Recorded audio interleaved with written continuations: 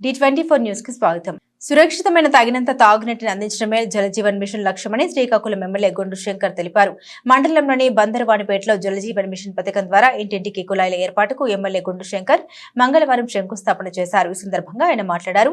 నియోజకవర్గంలో ప్రతి ఇంటికి కుళాయి కనెక్షన్లు అందించి తాగునీటి సమస్య లేకుండా చేస్తామని తెలిపారు. ప్రతి ఇంటికి స్వచ్ఛమైన త్రాగునీరు అందిస్తామని చెప్పిన వైసీపీ ప్రభుత్వం 5 ఏళ్లు విస్మరించిందన్నారు.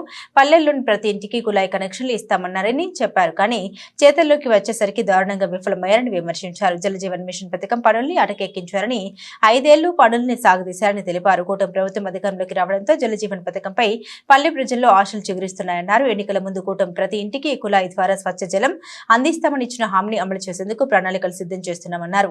అనంతరం బందరవానిపేట గ్రామస్తులతో సమావేశం నిర్వహించి వారి సమస్యలు సాధారణంగా విన్నారు. అధికారులతో చర్చించి సమస్యల పరిష్కారానికి చొరవ చూపుతామని ఎమ్మెల్యే శంకర్ గ్రామస్తులకు హామీనిచ్చారు. ఈ సమావేశంలో టీడీపీ నాయకులు, కార్యకర్తలు, గ్రామస్తులు అధిక సంఖ్యలో పాల్గొన్నారు. మీటింగ్ లో వచ్చినప్పుడు ఆయన జట్టి కడతామని నేను పక్కనే రామ్మోహన్ రెడ్డి గారు మాట్లాడే టైంలో నేను పక్కన కూర్చునే అవకాశం దొరికింది. నేను ఆయనకి చెప్పిన వెంటనే పేపర్ మీద రాసి ఇమ్మన్నారు. ఇచ్చిన వెంటనే ఆయన చదవడం కూడా జరిగింది. సో డెఫినెట్గా 1-2 రోజులు లేట్ అయినా తప్పకుండా మనకు అవన్నీ శాంక్షన్ అవుతాయి. అయితే కమిషనర్ గారికి రాష్ట్ర ప్రభుత్వం మత్స్యకార శాఖ కమిషనరు రాష్ట్ర ప్రభుత్వం తరఫున సైసిఫ్ అనే డిపార్ట్మెంట్కి బెంగళూరు లెటర్ రాయడం జరిగింది. బెంగళూరు వాళ్ళు ఢిల్లీ అక్కడ మత్స్యకార సెక్రటరీకి మేడం అంట అక్కడ ఆవిడకి లెటర్ రాశారు. మేము ఇలా స్టడీ చేయమని మాకు చెప్పారు. అంటే మన గవర్నమెంట్ నుండి వెళ్ళింది మొత్తం తీర ప్రాంత గ్రామాలన్నీ స్టడీ చేసి ఏ ఊరిలో ఫీజిబిలిటీ అక్కడ రేపు పొద్దున్న ఎటువంటి ప్రమాదాలుగైనా అలాగే కోతకు గురి అవ్వకుండా మనకి తుఫాను అవన్నీ ఎఫెక్ట్స్ లేకుండా చూసి సేఫ్ ప్లేస్ ఏది ఉందో అక్కడ వాళ్ళు మనకు సజెస్ట్ చేస్తారు. మన కాన్స్టిట్యున్సీలో కంపల్సరీగా 2 అనుకున్నాం, 1 అయితే తప్పకుండా జరుగుతుంది. 2 కూడా చేయడానికి ప్లాన్ చేస్తున్నాం. ఢిల్లీలో అది అప్రూవల్ అయినంటే టీం వస్తుంది.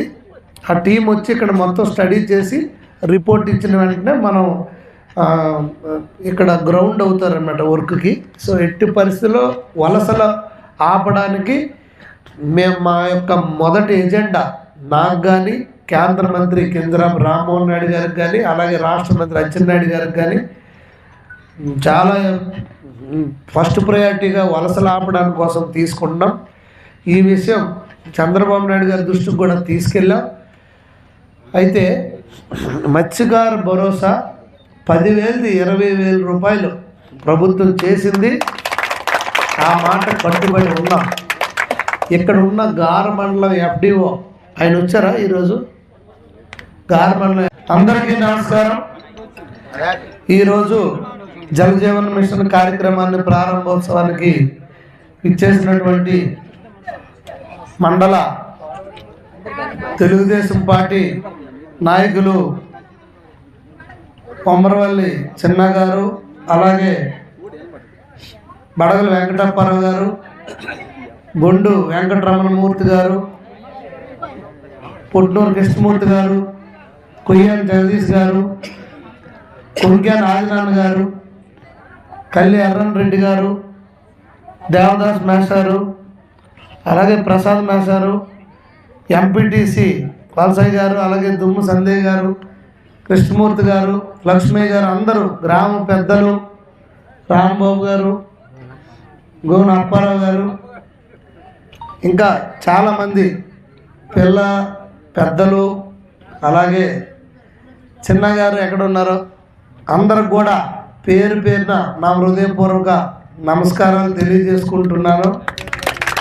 యాక్చువల్గా గత మంగళవారం పొద్దున్నే 7:30కి అని ప్రోగ్రాం పెట్టుకున్నాం.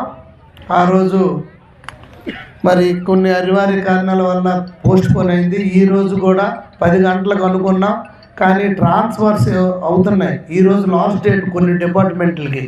వాళ్ళకి ఇప్పుడు లెటర్ నేను సంతకం పెట్టిస్తే కానీ అవ్వని పరిస్థితి. అందుకు ఆఫీస్కి వెళ్ళి అవన్నీ ముగించుకొని వచ్చేసరికి టైం లేట్ అయిపోయింది. చాలామంది సోదరీమణులు అందరూ కూడా వెయిట్ చేసి వెళ్ళిపోయారని తెలిసింది. వారందరం కూడా క్షమించమని కోరుకుంటూ నేను ఈ గ్రామం గత 2.5 సంవత్సరాలుగా చాలాసార్లు రావడం జరిగింది. ఇక్కడ ప్రాబ్లమ్స్ కూడా నేను విన్నాను.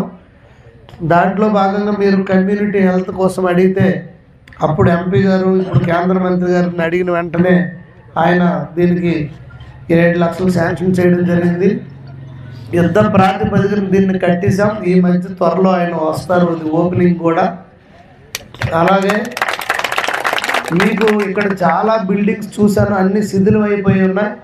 అవన్నీ కొట్టించేసి మళ్ళీ దాన్ని ఎలా ముందుకు తీసుకెళ్లాలనేది నేను చూస్తాను.